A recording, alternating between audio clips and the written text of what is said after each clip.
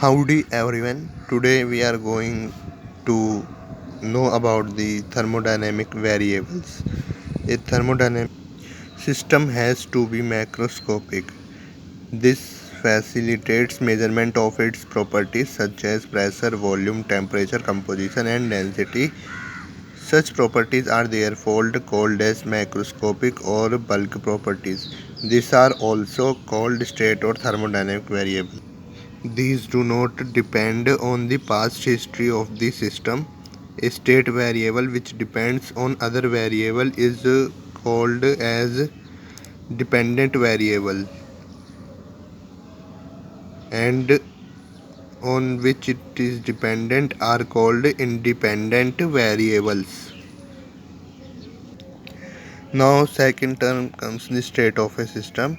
It is defined when state variables have definite values. It is not necessary to specify all the state variables, since these are interdependent. For example, if a system is an ideal gas, then its pressure, volume, temperature, and amount of gas are related by the gas equation. Thus, if we specify three of these, the fourth variable is automatically fixed. Similarly, many of its other properties like density, heat capacity, etc., are also fixed through more complicated relations. Now the another one comes is extensive property. An extensive property of a homogeneous system is one which is dependent on the amount of phase in the system. Mass, volume and energy are example of extensive properties. To extensive properties we also use another term, extensive variables. Now let us suppose that at equilibrium we have 0.1 kg of ice and 0.1 kg of liquid water at the temperature 273.16 Kelvin. Then total volume of system is sum of two volumes, each of which is directly proportional to its mass. So volume of ice is equal to mass of ice upon density of ice. It is equal to 0.1 upon 9 kg upon 917 kg per meter cube. So it's equal to the 1.09 multiplied 10 exponent minus 4 meter cube. Similarly, for the volume of water we will use mass of water upon density of water. So it will be 0.1 kg upon 1 multiply 10 exponent 3 kg per meter cube. So it will be equal to 1 multiply 10 exponent minus 4 meter cube. Now let us talk about the total volume of this.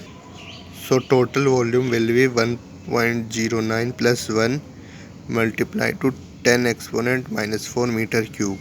This comes from volume of ice and volume of water.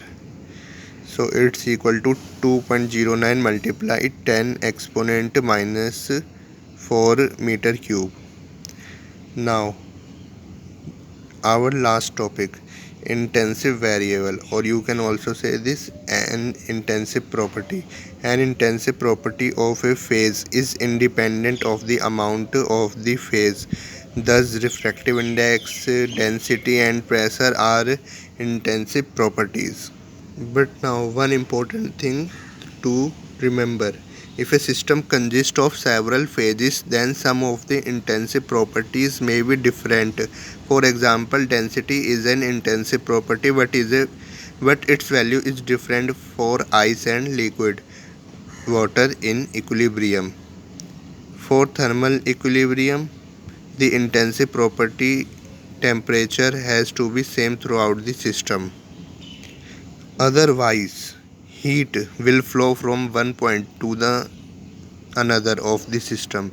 Similarly, for mechanical equilibrium, the intensive property pressure has to be same throughout the system, and an extensive property when divided by mass or molar mass of the system becomes an intensive property. Thank you. So this was the topic of variable in thermodynamics.